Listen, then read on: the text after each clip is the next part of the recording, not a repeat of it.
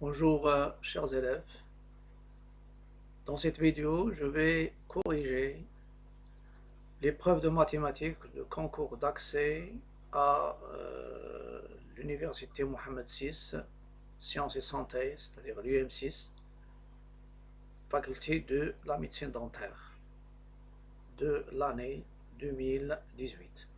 Mais avant de commencer, je vous invite à cliquer sur le bouton s'abonner et n'hésitez pas aussi de liker, partager et de commenter.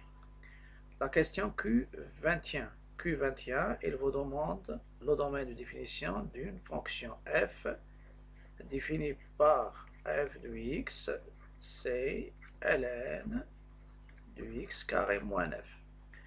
Je sais que pour le domaine de définition, ce qui est à l'intérieur, il faut qu'il existe, ça c'est un polynôme, il faut qu'il soit strictement positif.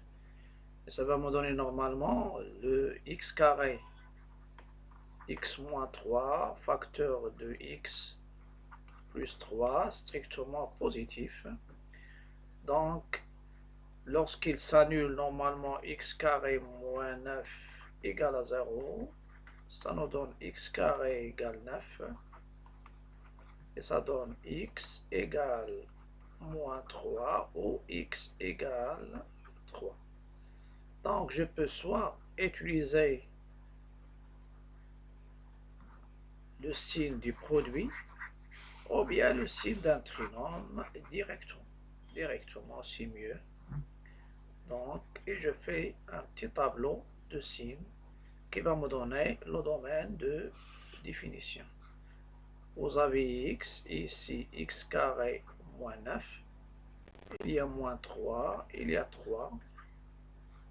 Un trinôme dans le coefficient de x carré est positif, donc il a le signe de a à l'extérieur des racines, signe de moins a à l'intérieur des racines est strictement positif, donc il y a l'intervalle ouvert 3 plus l'infini et l'intervalle ouvert moins l'infini 3.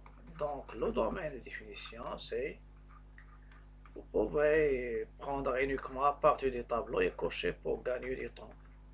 Pour moi j'ai ajouté ce résultat, cette écriture normalement, donc c'est l'intervalle moins l'infini moins 3 ouvert union 3 plus l'infini. La question 22, vous avez une équation. Cette équation, c'est quoi? C'est ln de 2x plus 2 plus ln de x égale ln de x carré plus 2x plus 4. Et je vais commencer par le domaine de cette équation. Il faut que x soit strictement positif et 2x plus 2 soit strictement positif et x carré plus 2x plus 4 strictement positif. Celle-ci, ça va me donner 2x supérieur à moins 2, ça veut dire x il est supérieur à moins 1. Celle-ci, vous avez delta, c'est b carré, donc c'est 4, moins 4 fois 4 fois 1, donc c'est 4 moins 16, c'est moins 12, strictement positif. Et vous avez le A, c'est A positif. Donc, elle est toujours vraie, ça veut dire, est toujours positif. Donc, il nous reste deux conditions. En se basant sur ces deux conditions, x supérieur, inférieur, ça veut dire le domaine de E, ça sera l'intervalle ouvert 0 plus l'infini. Vous avez cette solution n'est pas convenable, celle-ci aussi à exclure et celle-ci aussi à exclure. Donc il nous reste 2 et le domaine, je vais prendre x égale à 2. C'est plus pratique au lieu de faire la somme des c'est ln de 2x plus 2 fois x égale ln de x carré plus 2x plus 4. Et utiliser ln de a égale ln de b équivaut à a égale à b avec la condition les deux sont positifs. Donc je vais vérifier, ça va me donner ln de 2 fois 2 c'est 4 plus 2 plus ln de 2, c'est ln de 6 fois 2, c'est ln de 12. Et le deuxième membre, ln de 2 au carré plus 2 fois 2 plus 4, c'est aussi c'est ln de 12. Donc, x égale à 2, c'est une solution. Solution de E. Et c'est unique. Donc, je coche le A. Vous pouvez résoudre l'égalité ln de A égale ln de B. Vous allez simplifier par les... Vous allez obtenir... Surtout, on va simplifier les x au carré. Ça reste une équation où il y a une seule inconnue. La question 23, il y a une limite. C'est la limite lorsque x tend vers 0 de l'exponentielle 2x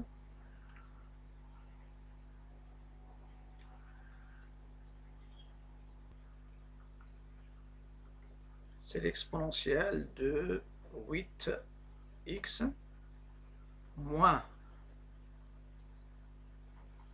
l'exponentielle 2x plus x au carré sur x carré moins 2x. Ça, c'est 8x. Je vais la corriger. Donc, c'est 8x.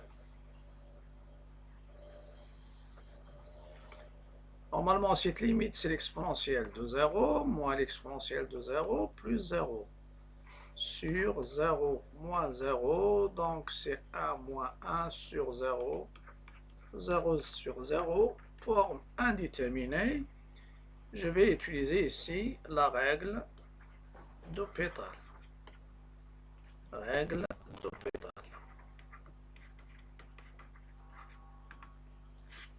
La règle d'Hopital, la limite, lorsqu'il y a 0 sur 0 en un point, je peux passer à la limite des dérivés, des rapports des dérivés. Voilà, x au carré dérivé sur la dérivée aussi de x carré moins la dérivée de 2x. C'est la limite en 0. Vous avez l'exponentielle ax, sa dérivée c'est a l'exponentielle ax. Donc, ça donne 8 l'exponentielle 8x moins 2 l'exponentielle 2x plus 2x, le tout sur 2x moins 2, et je peux passer maintenant à la limite. C'est 8 l'exponentielle de 0, moins 2 l'exponentielle de 0, plus 0, sur 0 moins 2. L'exponentielle de 0, c'est 1. Donc ça donne 8 moins 2 sur moins 2. Donc c'est 6 sur moins 2, c'est moins 3. 8 moins 2, donc c'est 6 sur moins 2, c'est moins 3. Et je coche la réponse E. Maintenant, la question Q24. On vous donne un complexe Z qui est égal à I, facteur de racine de 3 moins I le tout à la puissance 6, sur moins 1 plus I à la puissance 4. Donc, je vais essayer d'utiliser les formes trigonométriques ou bien exponentielles. Vous avez I, c'est quoi? C'est l'exponentielle de pi sur 2. Ou bien, vous pouvez utiliser, c'est 1 pi sur 2. Vous avez racine de 3 moins I, c'est le module de racine de 3 moins I, c'est la racine de 3 au carré, c'est 3, plus moins 1 au carré, donc c'est 2. Donc c'est 2, racine de 3 sur 2, moins 1 demi I, et ça va vous donner, c'est 2, vous avez 1 demi, c'est le sinus de pi sur 6, donc c'est cos pi sur 6 moins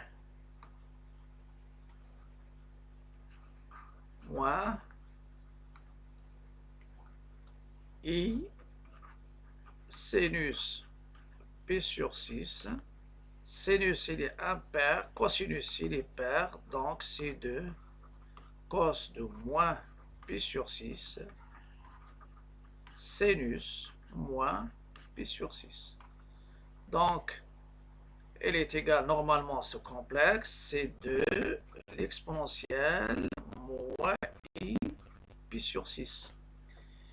Il nous reste, normalement, moins 1 plus i. J'ai déjà parlé de ça. C'est le module, c'est la racine de moins 1 au carré, facteur, plus a au carré, donc c'est racine de 2. Vous factorisez, ça sera moins 1 sur racine de 2, c'est moins racine de 2 sur 2. Et j'ai déjà dit que ça, c'est, vous pouvez les apprendre. 1 plus i, c'est racine de 2 l'exponentielle, i pi sur 4. S'il y a moins devant le i, c'est racine de 2 l'exponentielle moins i pi sur 4, ou bien i moins pi sur 4. S'il y a devant le cosinus, ça sera racine de 2, mais ça, c'est moins cosinus pi sur 4, plus i sinus pi sur 4, et ça va vous donner, c'est le cosinus. Donc, moins 1 plus i, c'est racine de 2, cosinus pi moins pi sur 4, c'est 3 pi sur 4, plus i sinus de 3 sur 4, et j'ai déjà dit, vous pouvez l'utiliser directement pour gagner du temps. 3 pi sur 4.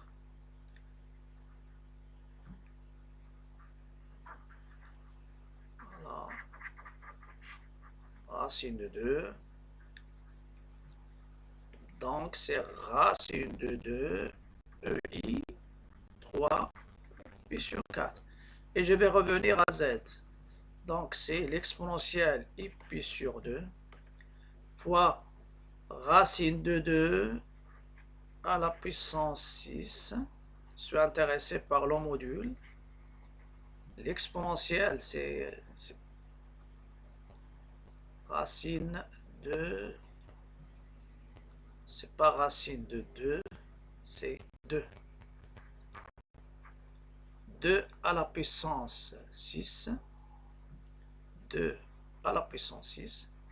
L'exponentielle i pi sur 6, le tout à la puissance 6, sur racine de 2 à la puissance 4, l'exponentielle i, 3, ici il y a un moins ici, moins 3 pi sur 4, le tout à la puissance 4. Ça donne ici 2 à la puissance 6 sur 2 à la puissance 4. Sur racine de 2 au carré, le tout au carré, ça veut dire 2 au carré. L'exponentielle i pi sur 2. Utilisez ici l'exponentielle θ, le tout à la puissance 1, c'est l'exponentielle i θ. Donc c'est l'exponentielle i moins 6 pi sur 6.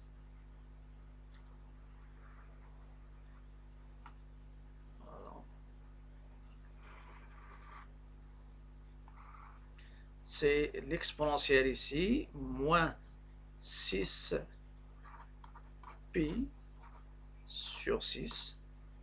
Et en bas, vous avez, ça reste 2 à la puissance 2, mais ici, ça sera i 3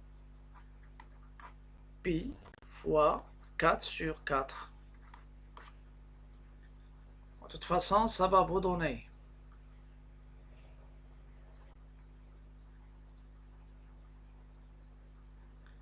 On a grand Z, c'est 2 à la puissance 6 sur 2 à la puissance 2, donc ça donne 2 à la puissance 6 moins 2, c'est 2 à la puissance 4. L'exponentielle i pi sur 2 fois l'exponentielle i moins 6 pi sur 6, c'est l'exponentielle de moins pi.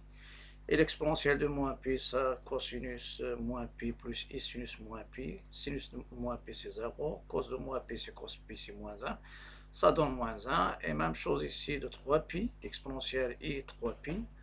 C'est l'exponentielle de pi, i, pi plus 2pi. On simplifie par les 2pi. Ça reste l'exponentielle de i pi, qui est cosinus pi plus i sinus pi. Sinus pi, c'est 0. Ça donne aussi moins 1. Avec moins 1, ça donne 1. Donc, grand Z, je le donne comme ça. Donc, c'est 2 à la puissance 4. L'exponentielle i pi sur 2. L'exponentielle i moins pi fois l'exponentielle i. Je simplifie les 4. Et j'utilise l'exponentielle 1 sur l'exponentielle i alpha. C'est l'exponentielle de moins i alpha ou bien i moins alpha.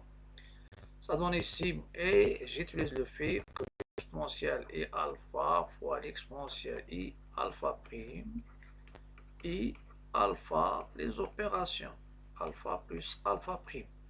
Donc ça donne moins 4pi. Je sais que i, k fois 2pi, en simplifiant, parce que le cosinus et sinus sont périodiques de période 2pi, ça donne 1. Donc l'exponentielle de i moins 4pi, et en simplifiant moins 4, ça reste l'exponentielle i0 égale à 1. Et finalement, l'argument, le module, ça sera 2 à la puissance 4, ça veut dire 16. Et l'argument, c'est pi sur 2. Donc, je coche la bonne réponse, c'est B. Je passe maintenant à la question 25. Vous avez une limite d'une suite UN. Sa limite en plus l'infini. Et cette suite, c'est quoi? C'est la limite lorsque n tend vers plus l'infini de 4n à la puissance 3 moins n carré plus moins 1.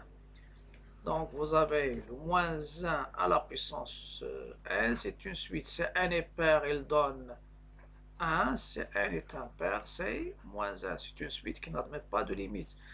Mais c'est une limite qui est bornée, donc il a uniquement deux valeurs.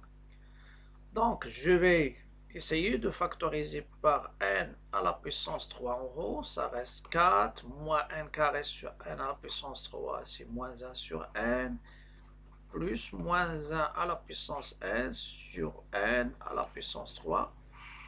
Et en bas, la même chose par n à la puissance 3, il me reste 2, moins 1 sur n au carré, moins sur n, pardon, plus 1 sur n au carré et plus 3 sur n à la puissance 3.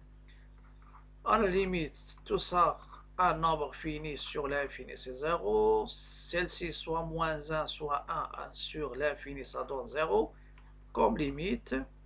Et je simplifie les n à la puissance 3 et il me reste, c'est 4 sur 2. C'est 2.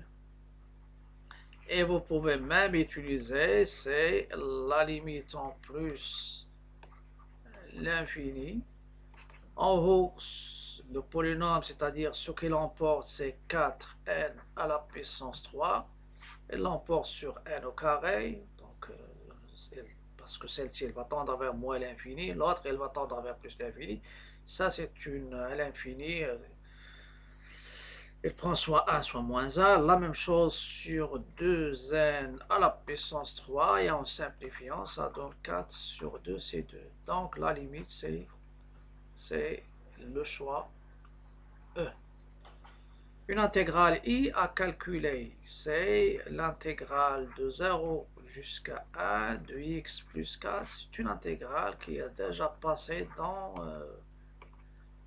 les séries soit pharmacie, soit médecine générale.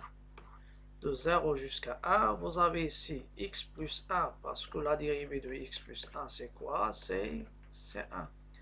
Une primitive de u' sur u, c'est ln de valeur absolue de u plus une constante. Je parle des primitives. Donc le 4, je vais le développer en 1 plus 3 sur x plus 1, c'est la technique des fonctions rationnelles. Et je vais essayer de faire ce rapport ici. Donc, et la linéarité de x plus 1 sur x plus 1 plus 3 sur x plus 1, le tout dx.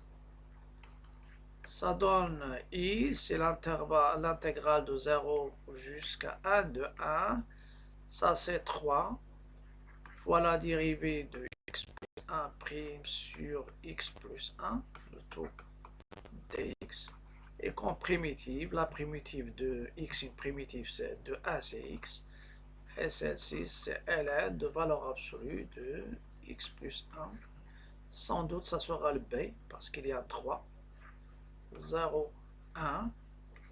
Et je calcule maintenant. C'est 1 plus 3. ln de 1 plus 1, c'est ln de 2. Moins 0 plus 3. ln de 1. ln de 1, c'est 0. Donc tout ça, c'est 0. Et ça reste 1 plus 3 ln de 2. Donc c'est b. Une fonction aussi, c'est la question Q27. Vous avez f de x, c'est x plus 1 plus 2, l'exponentielle de x moins 1 sur l'exponentielle de x plus 1. J'ai déjà parlé de l'asymptote oblique au voisinage de plus l'infini. Donc, normalement ici, il y a, si vous avez f de x, je le rappelle toujours, pour les gens qui n'ont pas vu les vidéos précédentes, plus g de x, et g de x étant 0 en plus ou moins l'infini, alors b, équation y égale ax plus b, asymptote oblique à c de f en plus l'infini ou bien en moins l'infini. Donc normalement, je calcule la limite en moins l'infini de f de x, ou bien je calcule ce rapport-là de 2 l'exponentielle de x moins 1 sur l'exponentielle de x plus 1. L'exponentielle de 0, sa limite normalement ici, car la limite de l'exponentielle de x en moins l'infini, c'est 0. Donc ça va donner 2 fois 0 moins 1 sur l'exponentielle. Sa limite c'est 0, plus 1, ça donne moins 1. Donc, la même chose ici. Donc la limite, lorsque x tend vers moins l'infini de f de x moins x moins 1, x plus 1, pardon, ça sera moins 1. C'est la limite de ce rapport. Et ça me donne la limite de f de x. Je fais passer le moins 1 au premier membre. Donc c'est moins x plus 1. Et vous avez, c'est plus 1 égale à 0 de f de x, pardon, moins. Donc la limite de f de x moins dans ce cas-là, je vais refaire un peu ces choses-là. Voilà. Donc, la limite en moins l'infini de f de x moins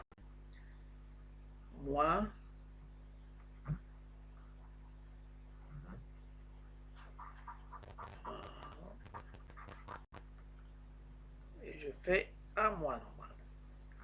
Vous avez ici moins x plus 1 et le moins 1 il devient plus 1. C'est comme si vous avez moins x moins 1 plus 1.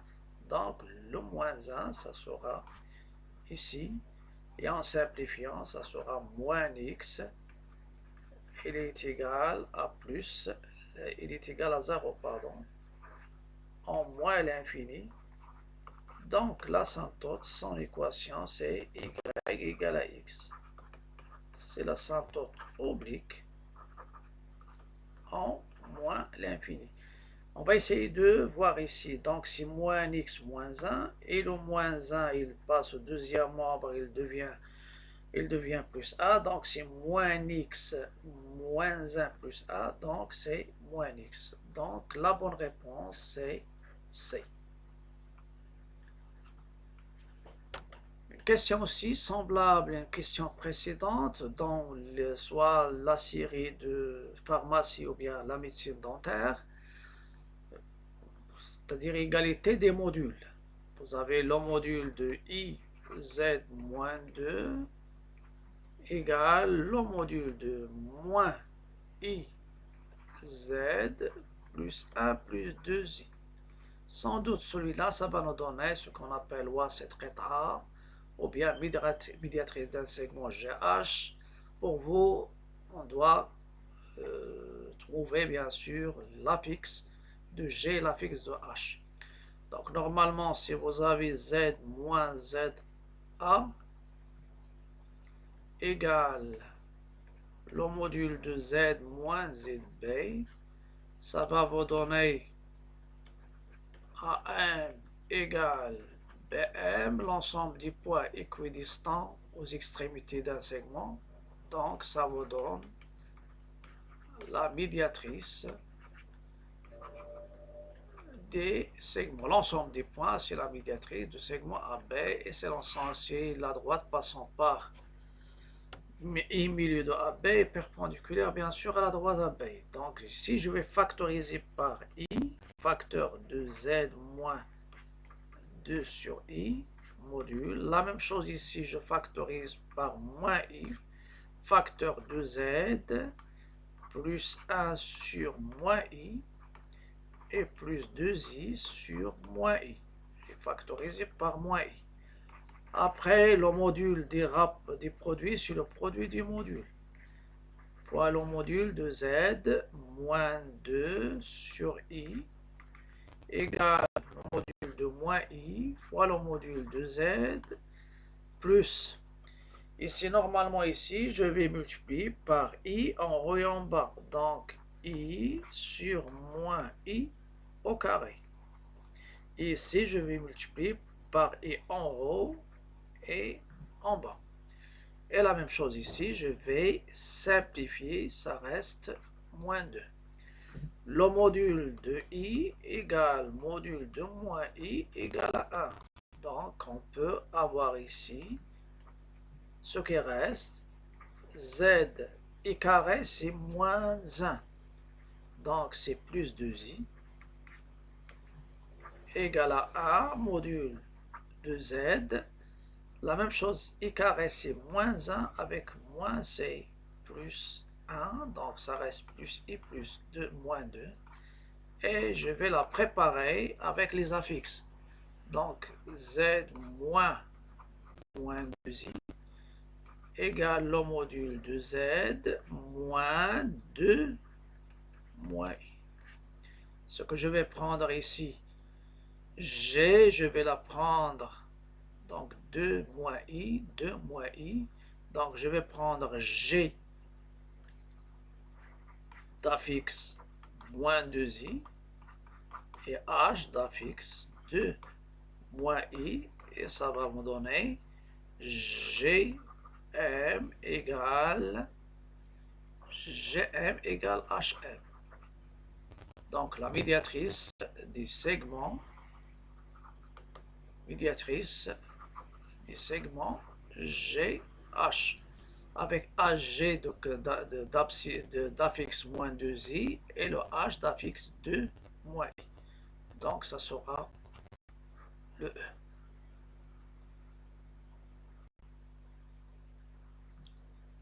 La question 29. Dans l'espace milieu d'un repère orthonormé, on considère les points A de coordonnées 1.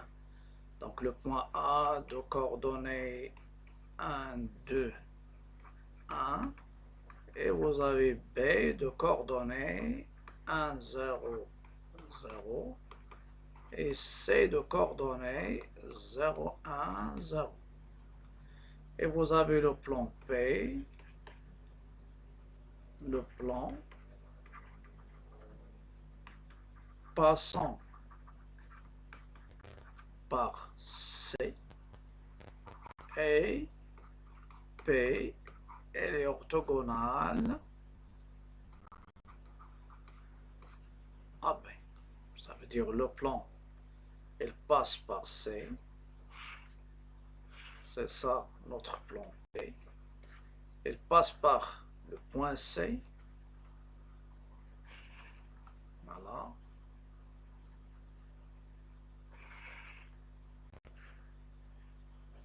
Passe par le point C. Et la droite AB, par exemple ici,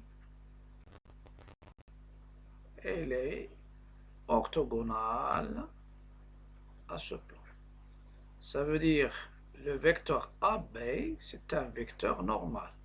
C'est ça, le vecteur normal du plan, c'est le vecteur AB. Donc, il y a deux choses. Ça veut dire ici, donc, AB de coordonnées, je calcule, donc 1 moins 1, ça donne 0. 0 moins 2, c'est moins 2. Et 0 moins 1, c'est moins 1. Normal, AP. Donc, le A, c'est 0, le B, c'est moins 2, et le C, c'est moins 1. Donc, mon plan, je peux le donner maintenant. Donc, c'est 0x moins 2y et moins z plus c égale à 0. Et le point C, il appartient au plan. Donc, les coordonnées, ils vérifient. Le C, donc 0. Y, c'est moins 1, c'est 1, donc c'est moins 2. Z, c'est 0. Voilà, c'est 0, Z. Donc, vous avez Y, c'est 1. Les X et les Z sont nuls. Ça donne moins 2 plus C égale à 0. Et le C, c'est 2. Donc, le plan P, c'est moins 2Y moins Z plus 2 égale à 0. Multiplier le tout par 2, par moins 1. Ça donne 2Y plus Z moins 2 égale à 0. 2Y moins Z plus Z moins 2 égale à 0. Donc, ça, c'est la méthode directe. Vous pouvez essayer d'éliminer par le point C. Par exemple, ici, il y a 0, 1, 0. Je prends normalement 2. 2 fois 1, c'est 2. Moins 0 plus 2, donc ça donne 0. Si je prends ici, ça donne 0. Moins 2, moins 1. Donc, celle-ci a éliminé. Et vous pouvez vérifier même pour les autres aussi, où il y a les x ici c'est 0, 0, vous avez ici moins 2, plus 2, ça donne 0. Ici vous avez 0, moins 1, plus 2, donc exclure. Si vous voulez faire le calcul, ça donne 2y plus z moins 2, c'est le cas. Le vecteur normal ici, c'est 0, moins 2, moins 1. Ici, c'est 0, 2, 1. Donc, c'est moins AB. Ça veut dire BA. Et le C, il appartient 2 fois 0, c'est 0. 2 fois 1, pardon. Y, c'est 1, il n'y a pas de X. Le Z, c'est 0. Donc, 2 moins 2, c'est 0. Donc, la bonne réponse, c'est le A. La dernière question, c'est la probabilité. Une urne contient 5 boules rouges et 2 boules vertes. Donc il y a 5 boules rouges et 2 boules vertes additionnables au toucher. On tire successivement avec remise 6 boules de cette urne. La probabilité d'avoir exactement 4 boules vertes est égale à. Normalement, il y a le tirage successif et avec remise. Donc chaque tirage est une épreuve. c'est tirer une boule et marquer sa couleur et la remettre bien sûr dans l'urne et effectuer, c'est-à-dire un deuxième tirage. Donc ici, s'il y a normalement ici le tirage successif de 6 boules avec remise, c'est la répétition de l'épreuve, tirer une boule, marquer sa couleur, ou bien son numéro ici, sa couleur, et la remettre bien sûr, donc c'est la répétition. Il y a la répétition 6 fois. Et chaque épreuve, c'est-à-dire tirer une boule, il donne soit une boule. Donc vous avez une épreuve. L'épreuve c'est quoi? L'épreuve c'est tirer une boule de l'urne. Elle donne soit elle nous donne une boule rouge, ou bien une boule non rouge, ça veut dire une boule qui est verte.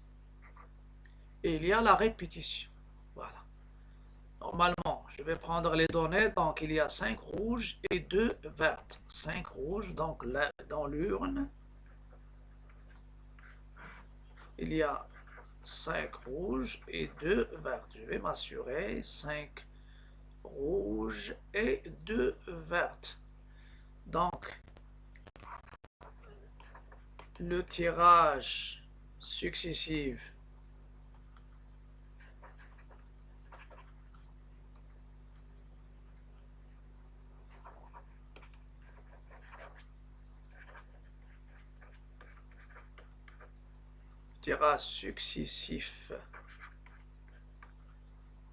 et sans remise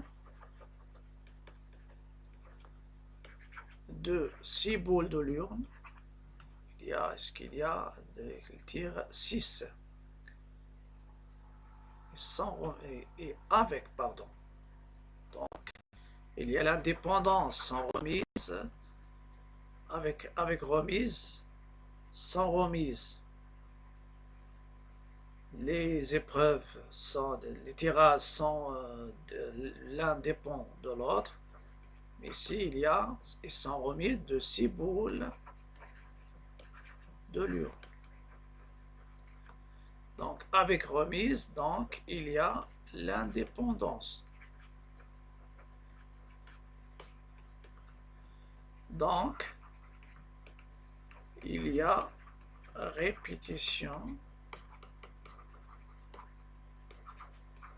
de l'épreuve. J'écris tout ça, mais vous pouvez répondre directement. De l'épreuve E, tirer une boule, bien sûr, 6 fois. Et tirer une boule pour avoir une boule rouge, une rouge, c'est le nombre de rouges, c'est 5 sur 7. Ça, c'est le tirage d'une seule, d'une rouge. Et vous avez donc il y a présence d'une loi binomiale. B de paramètre n égale à 6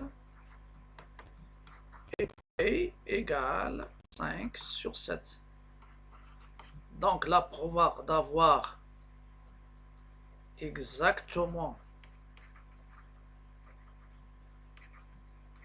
4 rouges, c'est C4 parmi 6. La proba, c'est 4 parmi 6. La proba de A, la proba de rouge à la puissance 4, les événements sont indépendants, et 1 moins la proba de rouge à la puissance 6 moins 4.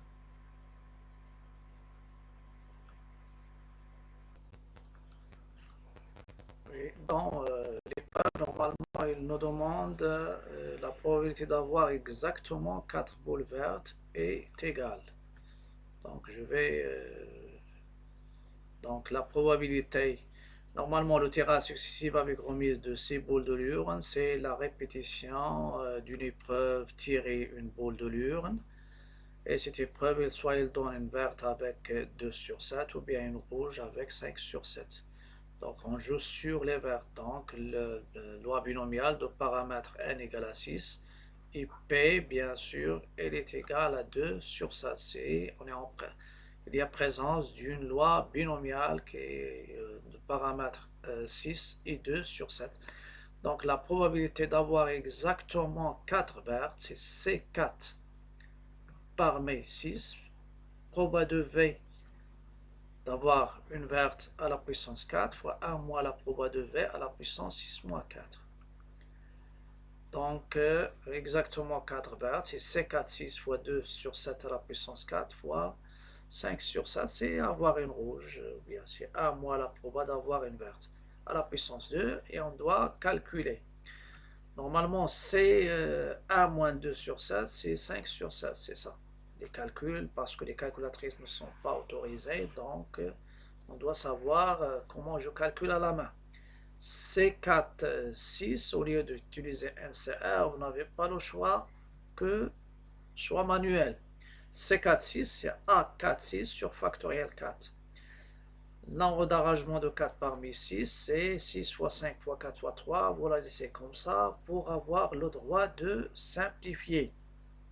Donc, je vais vous montrer comment on simplifie. Sur 4 fois 3 fois 2, je simplifie 4 avec 4, 3 avec 3, et 2 avec 6, elle reste 3, donc c'est 15. Voilà, c'est 4, 15.